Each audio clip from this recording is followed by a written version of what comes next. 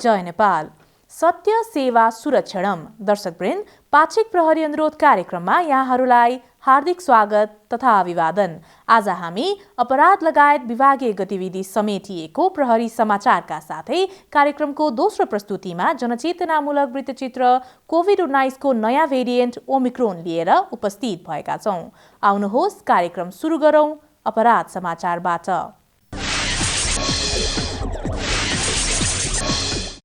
पर्सा वीरगञ्ज महानगरपालिका 16 शंकराचार्य गेटबाट करिब 10 किलो अवैध लागू औषध चरेस सहित एकजनालाई पुस 28 गते प्रहरीले पक्राउ गरेको छ। पक्राउ पर्नेमा रौतहट पिपरिया परेवा घर भएकी रन्जु देवी रहेकी छिन्। प्रहरी चौकी इनरुवा पर्साबाट खटिएको प्रहरीले उक्त चरेस सहित फेला पारी उनलाई पक्राउ गरेको थियो। इन्टरपोलबाट रेड नोटिस जारी भएका फरार प्रतिवादी उदयपुर बेलका नगरपालिका 6 का गोविन्द मगरलाई साउदी अरेबियाबाट 17 वर्षपछि प्रहरीले पक्राउ गरी पुस 28 गते नेपाल ल्याएको छ। प्रहरी प्रधान कार्यालय इन्टरपोल शाखाबाट खटिएको प्रहरी टोलीले 2061 साल मंसिर 13 गते मानबहादुर तामाङलाई कर्तव्य गरी ज्यान मारेको मुद्दामा फरार रहेका मगरलाई साउदी अरेबियाबाट पक्राउ गरी सम्बन्धित कसुरमा कारवाही गर्नको लागि नेपाल ल्याएको थियो। सुनसरी इनरुवा नगरपालिका 3 महेन्द्र चोकबाट एक थान पिस्तोल, एक थान म्यागजिन र 3 राउन्ड गोली सहित 3 जनालाई प्रहरीले पुस 29 गते पक्राउ गरेको छ। पक्राउ पर्नेमा हरिनगर गाउँपालिका 6 का फरियाद मिया अन्सारी, सवरेश मिया र सिकेन्दर मलाहा रहेका छन्। जिल्ला प्रहरी कार्यालय सुनसरीबाट खटिएको प्रहरी टोलीले चेक जाँच गर्ने क्रममा उक्त हतियार सहित फेला पारी उनीहरूलाई पक्राउ गरेको थियो। महोत्तरी मटिहानी नगरपालिका 8बाट स्रोत नखुलेको नगद 30 लाख रुपैयाँ सहित एकजनालाई माघ 2 गते प्रहरीले पक्राउ गरेको छ। पक्राउ पर्नेमा महोत्तरी मटिहानी नगरपालिका 3 बर्दाका सहाउद्दिन राइन रहेका छन्। भारतबाट नेपालतर्फ आउँदै गरेको ज6प 6944 नम्बरको मोटरसाइकल प्रहरी चौकी मटिहानीबाट खटिएको प्रहरीले चेक जाँच गर्ने क्रममा उक्त रकम सहित फेला पारी उनलाई पक्राउ गरेको थियो। महानगरीय अपराध महाशाखा मीन भवनबाट खटिएको प्रहरी टोलीले काठमाडौँ केशर महलबाट पुरातात्विक महत्त्वका सामग्रीहरू चोरी गरेको अभियोगमा 2 जनालाई माघ 5 गते पक्राउ गरेको छ। पक्राउ पर्नेहरूमा दाङ तुलसीपुर उपमहानगरपालिका 3 का सुमन शर्मा र रुकुम पश्चिम मुसिकोट नगरपालिका 11 का वीरबहादुर सुनार रहेका छन्। उनीहरूलाई 2 थान तरबार र 3 किलो तौल भएको बाघको टाउको जस्तो देखिने एक थान वस्तु सहित प्रहरीले पक्राउ गरेको थियो। अबको पालोमा विभागीय गतिविधि।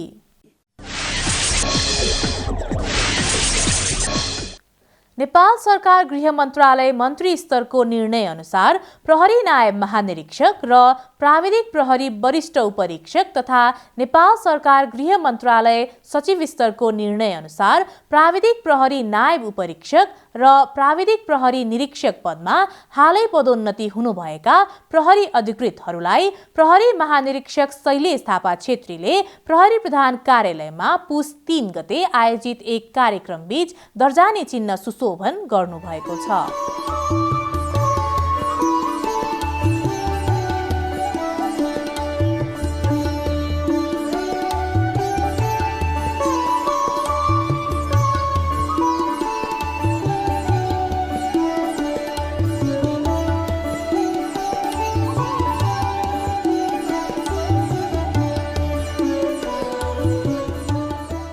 उक्त अवसरमा प्रहरी महानिरीक्षक थापा छेत्रीले पदोन्नति हुनुभएका प्रहरी अधिकृतहरूलाई बधाई दिनुहुँदै पदोन्नतिसँगै थपिएको जिम्मेवारी वहन गर्दै समाजमा हुन सक्ने सुरक्षा चुनौतीप्रति सजग र सचेत भई शान्ति सुरक्षा कायम गर्न अझ क्रियाशील हुन निर्देशन दिनुभएको थियो। सबैलाई संगठनको तर्फबाट र मेरो व्यक्तिगत हैसियतबाट पनि हार्दिक बधाई तथा शुभकामना व्यक्त गर्न चाहन्छु। कुनै दिन हाम्रो सुरक्षा थ्रेटको रूपमा आउन सक्छ। यी लगायतका कुराहरूलाई तपाईँहरूले ख्याल गरेर आफू र आफ्नो मातहतलाई अलिकति भए पनि सतर्क सजग र यी विषयहरूमा होमवर्क गर्न लगाउनु भयो भने हामी सहज रूपमा आगामी चुनौतीहरूलाई अवतरण गर्न सक्छौँ भने मेरो मान्यता हो र यस अनुसारै तपाईँहरू क्रियाशील हुनुहुन्छ भन्ने मैले विश्वास पनि लिएको छु। कार्यक्रममा पदोन्नति हुनुभएका अधिकृतहरूको तर्फबाट मन्तव्य व्यक्त गर्नुहुँदै प्रहरी नायब महानिरीक्षक पूजा सिंहले पदोन्नतिसँगै थपिएको जिम्मेवारीलाई संगठनको गरिमा र महत्त्वलाई अझ सक्षम, सबल र सुदृढ बनाउन अग्रसर भई आफ्नो स्थानबाट इमानदारिताका साथ खटिने प्रतिबद्धता व्यक्त गर्नुभएको थियो। आगामी दिनमा आफूहरूले प्राप्त गर्ने थप जिम्मेवारीहरूलाई विभागीय नीति, नियम र निर्देशनहरूको परिधिभित्र रही सोको अक्षरशः पालना गरी संगठनको गरिमा र महत्त्वलाई अझ सक्षम, सबल र सुदृढ बनाउन अग्रसर भई आफ्नो स्थानबाट निष्ठापूर्वक र इमानदारीका साथ कार्यपथमा खटिने आज बढुवा भएका सम्पूर्ण प्रहरी अधिकृतहरूको तर्फबाट प्रतिबद्धता जाहेर गर्न चाहन्छु।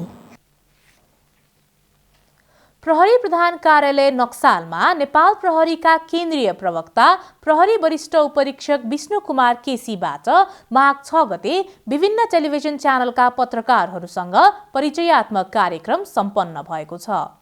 कार्यक्रममा प्रहरी वरिष्ठ उपरीक्षक केसीले नेपाल प्रहरीमा हालै गरिएको नियमावली संशोधन तथा कोभिड-19 को नयाँ भेरिएन्ट ओमिक्रोनको नियन्त्रणमा नेपाल प्रहरीको तयारी र सक्रियता लगायतको विषयमा जानकारी गराउनु भएको थियो।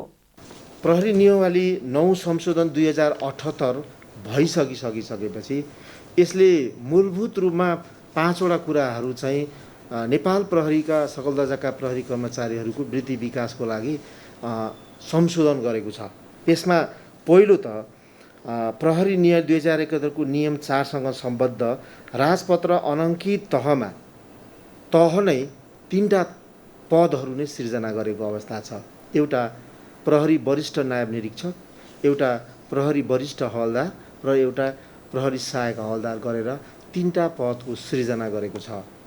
समसामयिक विषयमा छलफल तथा अन्तर्क्रिया गरिएको उक्त कार्यक्रममा विभिन्न सञ्चार माध्यमका सञ्चारकर्मीहरू तथा प्रहरी अधिकृतहरूको उपस्थिति रहेको थियो।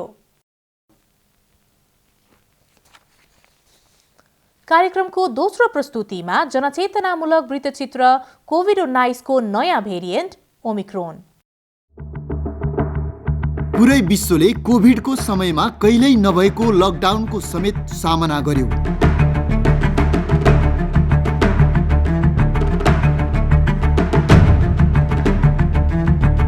कोभिड-19 को संक्रमणले महामारीको रूप लिइसकेपछिका ती दृश्यहरू,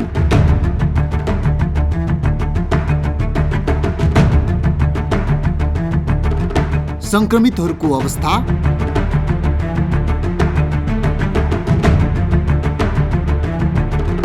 अक्सिजन सिलिन्डरको अभाव, अहिले हामी ती दृश्यहरू सम्झिँदा मात्र पनि मनमा एक किसिमको डर उत्पन्न हुन्छ। त्यस्तो कठिन स्थितिमा पनि कोभिड-19 को युद्धमा जित हासिल गरी मृत्युको मुखबाट फर्किनेहरू पनि छन्। यो घाँटीहरूमा समाएको जस्तो हुने, छातीहरू एकदमै गाह्रो हुने, त्यस्तो टाइपको भएको थियो। मलाई एकदमै गाह्रो भएको थियो। कोरोनालाई मैले सिरियसली लिएको थिएँ र त्यसपछि मलाई कोरोनाले गाह्रो बनाइसकेपछि चाहिँ जस अहिले म रिकभरी भएर मैले आफूलाई चाहिँ इम्प्रुभ गरेको भएर चाहिँ राम्रो भएपछि चाहिँ अहिले मलाई नयाँ जीवन पाएको मैले अनुभव गरेको छु।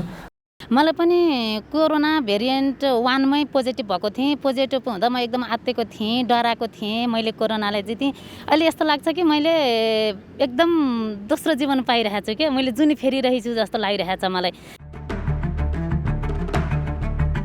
कोभिड-19 को संक्रमणको स्थिति आजसम्म पनि विभिन्न भेरिएन्टहरूका रूपमा देखिरहेकोले हामीले अझ धेरै सावधानी अपनाउन जरुरी देखिन्छ।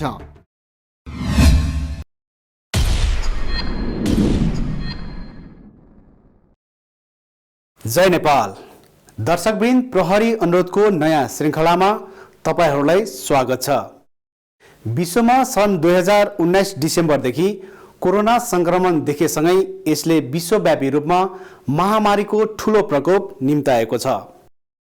हालसम्म विश्वमा कोरोनाका कारण 55 लाखभन्दा बढी मानिसहरूले आफ्नो ज्यान गुमाइसकेका छन् भने 31 करोडभन्दा धेरै मानिसहरू यसबाट सङ्क्रमित भइसकेका छन्। आज हामी तपाईहरूलाई कोभिड-19 को नयाँ भेरिएन्ट ओमिक्रोनको सङ्क्रमण फैलिन नदिन नेपाल सरकार लगायत स्थानीय तह, नेपाल प्रहरीको तयारी र आम नागरिकले कसरी सावधानी अपनाउने भन्ने बारे जानकारी दिँदैछौँ। सन् 2019 डिसेम्बरदेखि 2022 जनवरीसम्म आइपुग्दा कोरोना भाइरसले आफ्नो स्वरूप परिवर्तन गर्दै अल्फा, बेटा, गामा र डेल्टा हुँदै हाल ओमिक्रोन भेरिएन्टको रूपमा विश्वभर फैलिरहेको छ। विज्ञहरूका अनुसार ओमिक्रोन भेरिएन्ट कोभिडका अन्य भेरिएन्टका तुलनामा छिटो सङ्क्रमण हुने र हाम्रो शरीरको माथिल्लो श्वास प्रश्वास नलीमा असर गर्ने भएकोले हामीले बेलैमा स्वास्थ्य सुरक्षा मापदण्ड पालना गरी सावधानी अपनाउन जरुरी छ।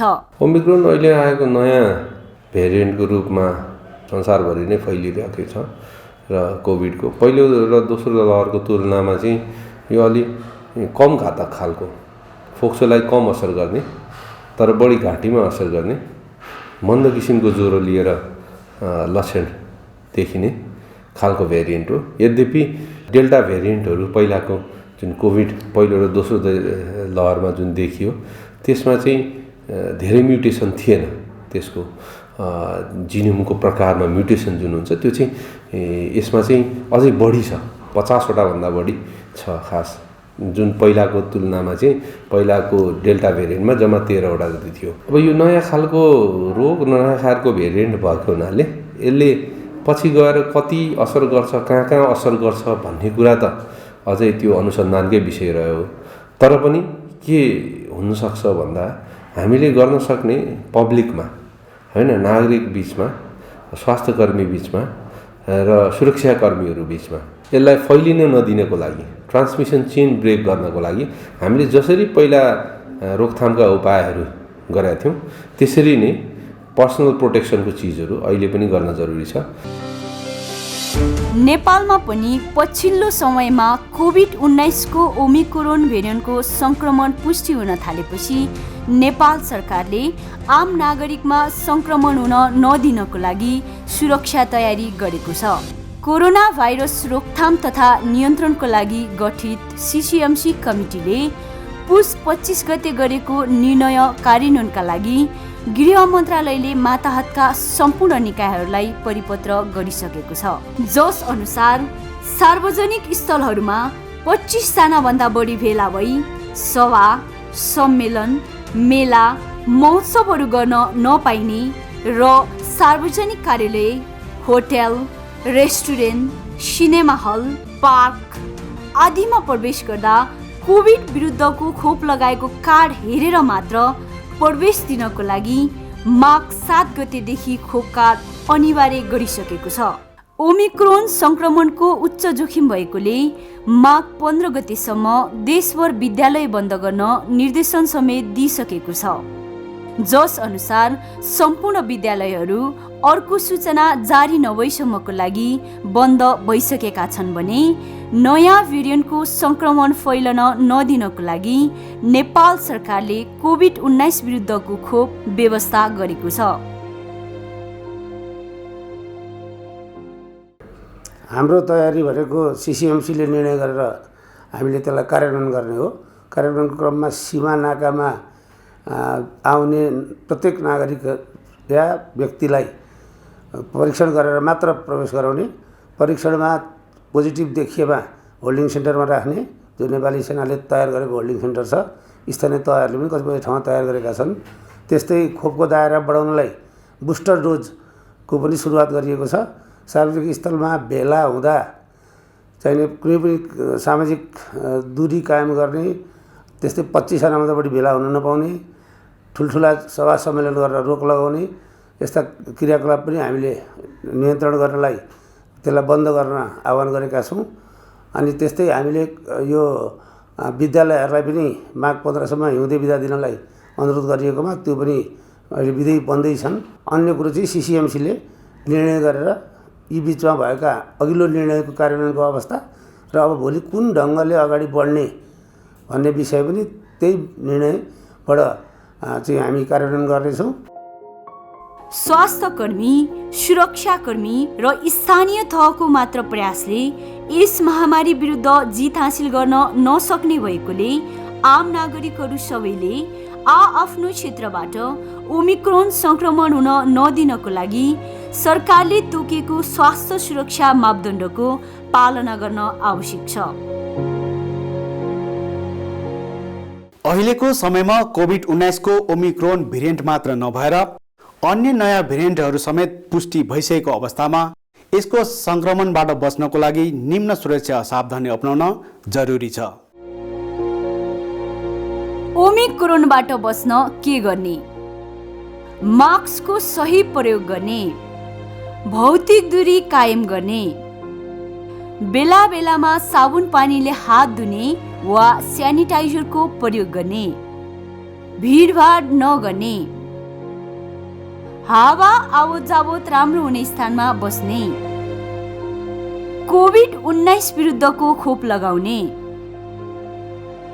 कोभिड-19 को लक्षण देखेमा क्वारेन्टिनमा बसी तुरुन्त स्वास्थ्य संस्थामा गई परीक्षण गराउने, यदि संक्रमण भएमा आइसोलेसनमा बस्ने र चिकित्सकको सल्लाह लिने वा स्वास्थ्य संस्थामा उपचार गराउने, रोग प्रतिरोधात्मक क्षमता बढाउने खालका स्वस्थ खानेकुराहरू खाने, नेपाल सरकार र स्थानीय तहले तोकेका जनस्वास्थ्य सम्बन्धी मापदण्डहरूको कडाइपूर्वक पालना गर्ने, कोभिड-19 को पहिलो र दोस्रो लहरमा आम नागरिकहरूलाई संक्रमणबाट बचाउनको लागि फ्रन्टलाइनमा स्वास्थ्य कर्मीसँगै नेपाल प्रहरीले अहोरात्र खट्दै आफ्नो ज्यानको कुनै परवाह नगरी आफ्नो जिम्मेवारी पूरा गरेको थियो। यही जिम्मेवारीलाई बोक्दै फेरि पनि आम नागरिकलाई ओमिक्रोन भेरिएन्टबाट बचाउन र नेपाल सरकारले दिएको निर्देशन अनुसार अगाडि बढ्न नेपाल प्रहरी हर प्रहर तयारी अवस्थामा रहेको छ। कोभिड-19 अन्तर्गत ओमिक्रोन भेरिएन्टलाई नियन्त्रण र निर्धारण गर्नको लागि नेपाल प्रहरीले केन्द्रीय हेल्प डेस्कको स्थापना गरी अधिराज्यभरि 259 वटा हेल्प डेस्कहरूको स्थापना गरेको छ भने विभिन्न प्रकारका कार्यविधिहरू, निर्देशिका र मापदण्डहरू तयार गरेर उदाहरणको लागि यो विशेष परिस्थितिमा कसरी प्रहरी परिचालन गर्ने भन्ने सम्बन्धमा निषेधाज्ञा सम्बन्धी कार्यविधि तयार गरेको छ भने स्मार्ट लकडाउनको अवस्थामा कसरी प्रहरी परिचालन गर्ने भन्ने सम्बन्धमा कार्यविधि र निर्देशिका तयार गरेको छ र तपाईको मास्क खै भन्ने कार्यक्रम अन्तर्गत निरन्तर नेपाल प्रहरीले विभिन्न माध्यमद्वारा र विभिन्न तरिकाद्वारा 15,81,000 भन्दा बढी मास्क चाहिँ वितरण गरिरहेको अवस्था छ भने नेपाल प्रहरीले आम सर्वसाधारणलाई सजग र सतर्क रहनको लागि 45,523 वटा भन्दा बढी जनचेतनामूलक कार्यक्रमहरू चाहिँ सञ्चालन गरिरहेको अवस्था छ र त्यसलाई निरन्तर अहिले पनि बढिरहेको अवस्था छ। त्यस्तै गरेर मित्र राष्ट्र भारतबाट नेपाल प्रवेश गर्ने अथवा आवतजावत गर्ने अवस्थालाई मध्यनजर गरेर 30 वटा मुख्य नाकाहरूमा 356 वटा चेक पोस्ट स्थापना गरेर चेक जाँचको व्यवस्थापन मिलाइएको छ भने प्रहरी कर्मचारीहरूलाई सहजता मिलोस् भन्ने अभिप्रायले महानगरीय प्रहरी कार्यालय 2 नम्बर गणमा त्यसपछाडि विपद व्यवस्थापन महाशाखा र पहरा गणमा लगभग 400 जना भन्दा बढी आइसोलेसन र क्वारेन्टाइनको व्यवस्थापन गरेर उपचारको व्यवस्थापन मिलाएको अवस्था छ भने नेपाल प्रहरी अस्पतालले आफ्नो अस्पताल परिसरमा 30 वटा आइसियु र 264 वटा कोभिड सम्बन्धीको ओमिक्रोन सम्बन्धी पेसेन्ट्सहरूको बिरामीको लागि छुट्टै बेडको व्यवस्थापन पनि मिलाएको अवस्था छ। अहिले अब नेपाल प्रहरीका सकल दर्जाका प्रहरी कर्मचारीहरूलाई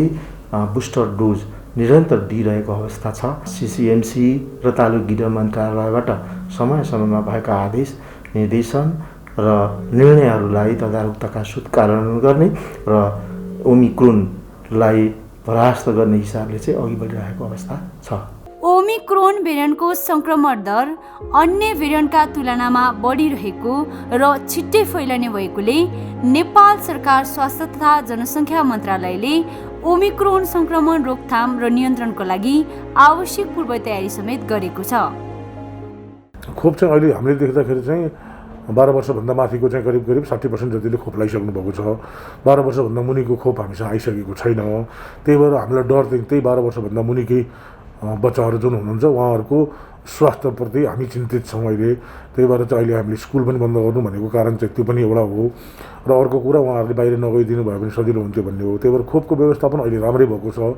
यो चाहिँ हामीले स्थानीय तहसम्मै पुर्याइसकेका छौँ। पहिलो र दोस्रो मात्रा लगाउनलाई अझै पनि हामी सबैलाई आह्वान गर्दैछौँ र त्यसपछि हामीले केही व्यक्तिहरूको लागि चाहिँ तेस्रो मात्रा पनि सुरु गरेका छौँ। अब यसलाई भ्यालीभित्र त हाम्रो सबै संयन्त्र भएको हुनाले एकदमै प्रभावकारी देखिएको छ। अहिले नै हामीले मुभमेन्ट हेऱ्यौँ भने मुभमेन्ट झन्डै पहिलेभन्दा 50% घटेको छ। अझै पनि हामीलाई चिन्ता चाहिँ भिडभाडकै छ। अनि भिडको चिन्ता छ, सामाजिक फङ्सनहरू जुन मान्छेहरूले गरिरहनु भएको छ त्यसको चिन्ता छ, मठ मन्दिरहरूमा जुन मान्छेहरू जानुहुन्छ त्यसको चिन्ता छ। त्यही भएर अहिले हाम्रो चाहना चाहिँ यो स्मार्ट लकडाउन राम्रै भएको छ। यसले व्यापारलाई पनि घाटा दिएको छैन, आर्थिक रूपमा पनि हामीलाई असर गरेको छैन भन्ने चाहिँ म बुझ्छु। त्यो कारणले यो स्मार्ट लकडाउन चाहिँ देशैभर लागू गर्न सकियो र यही भ्यालीभित्र भएको हिसाबले बाहिर पनि मास्कको कम्पलसरी सामाजिक दूरीको कायम गर्नलाई गृह प्रशासनबाट स्थानीय तहबाट सहयोग भयो भने यो सम्भव छ।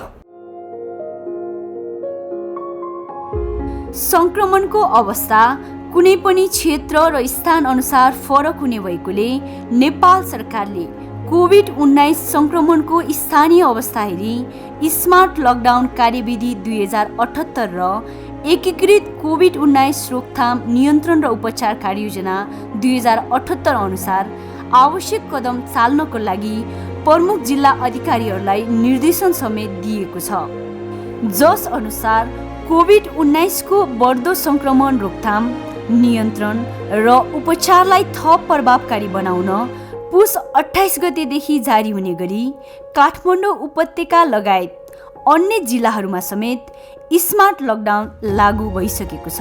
अब लकडाउनको अर्थ के भने एक मान्छेको बीच र अर्को मान्छेको बीचमा सम्पर्क नहोस्, त्यहाँ चाहिँ प्रत्यक्ष भेटघाट नहोस्, एक मान्छेसँग भएको सङ्क्रमण अर्को मान्छेमा नसरोस् भनेर नै हिजो विगतमा हामी लकडाउनको प्र्याक्टिस गरेका हौँ। मलाई लाग्छ हामी यो बिचमा चाहिँ हाम्रा आर्थिक सामाजिक गतिविधिहरू खुला पनि भए, हाम्रो आर्थिक अवस्थालाई हामीले चाहिँ फेरि कायम पनि राख्नु छ। त्यस कारण चाहिँ आर्थिक गतिविधिलाई चाहिँ मेन्टेन गरिराख्नको लागि पनि हामीले यो अहिले पूर्ण लकडाउन नभनिकन कम्तीमा पनि भिडभाड जन्य क्रियाकलाप भएन, भिडभाड जन्य क्रियाकलाप नभएर एउटा चाहिँ मास्कको प्रयोग गर्ने, सेनिटाइजरको प्रयोग गर्ने, एक अर्काको बिचमा दूरी कायम गरेर चाहिँ मात्रै गतिविधिहरू गर्ने र स्वास्थ्यका मापदण्डहरूलाई कडाइपूर्वक पालना गर्ने हो भने गरियो भने यसले चाहिँ सङ्क्रमण दरलाई न्यूनीकरण गर्छ र लकडाउनको अवस्था चाहिँ सिर्जना हुँदैन।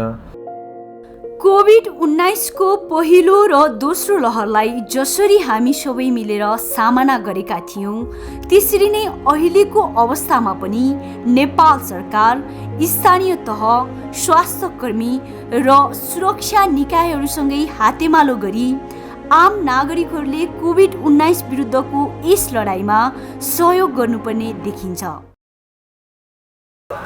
अब हामीले चाहिँ अब नयाँ भेरिएन्टको लागि चाहिँ अब मास्क लाउने होइन, नाक मुख मजाले छोप्ने गरी मास्क लाउने, बेला बेलामा साबुन पानीले हात धोइराख्ने, अनि के अरे अब सेनिटाइजरहरू लगाइराख्ने, सरकारले चाहिँ अब 25 जनाभन्दा माथिको भिडभाड नगर्नु भनेर अब सरकारले भनिसकेको छ। त्यसलाई हामीले त्यही फलो गर्ने होइन। कोरोना चाहिँ अब धेरै नै बढिरहेको छ, त्यसैले आफ्नो घर घरमा बसौँ र बाहिर निस्किँदाखेरि पनि आफूले अब सेफ्टी मेजर युज गरेर मात्र तपाईँहरू बाहिर निस्किदिनु होला। नागरिकहरू सबै सचेत भएर बस्नु पर्यो। अब हिँड्दाखेरि अब काम पऱ्यो भने चाहिँ आफूले विदेश काम छ भने मास्क लाएर जानु पर्यो, सेनिटाइजर बोकेर जानु पर्यो, बेला बेलामा साबुन पानीले हात धुनु पर्यो। त्यसमा अलिकति सचेत हुनु पर्यो र यो सचेत भएको पनि अलिकति भिडभाड पनि हुनु भएन कि जति भिडभाड हुन्छ नि त्यति हामीलाई यो रोगले चाहिँ समात्छ। कोभिड-19 को ओमिक्रोन भेरिएन्टबाट बच्नको लागि कोरोनाको पहिलो र दोस्रो लहरमा अपनाइएको सुरक्षा सतर्कता जस्तै हामी सबैले पुनः एकपटक ओमिक्रोन भेरिएन्ट विरुद्ध एक भइ लाग्न जरुरी छ। देशको विभिन्न कालखण्डमा घटेका घटनाहरू, भूकम्प, बाढी पहिरो, आगलागी लगायत अन्य प्राकृतिक विपदको समयमा आम नागरिकको सेवा र सुरक्षाको लागि खट्दै आएको नेपाल प्रहरी कोभिड-19 विरुद्धको लडाईँमा पनि अग्र पंक्तिमा रही नागरिक सुरक्षाको लागि सदैव तत्पर छ। आजको प्रहरी अनुरोध कार्यक्रम मार्फत तपाईहरूले कोभिड-19 को नयाँ भेरिएन्ट ओमिक्रोनबाट बच्न अपनाउनु पर्ने सुरक्षा सावधानी र विभिन्न निकायहरूको स्वास्थ्य सुरक्षा तयारीको बारेमा जानकारी प्राप्त गर्नुभयो भन्ने विश्वासको साथ आजको लागि म लगायत प्रहरी अनुरोधको सम्पूर्ण टिम बिदा हुन चाहन्छौँ। जाँदा जाँदै ओमिक्रोन भेरिएन्टबाट बच्नको लागि स्वास्थ्य सुरक्षा मापदण्डको अनिवार्य पालना गर्नुहोला। धन्यवाद। जय नेपाल। नेपाली जन जनको मन मनमा नेपाल प्रहरी, नेपाल आमाको सच्चा पहरेदार नेपाल प्रहरी।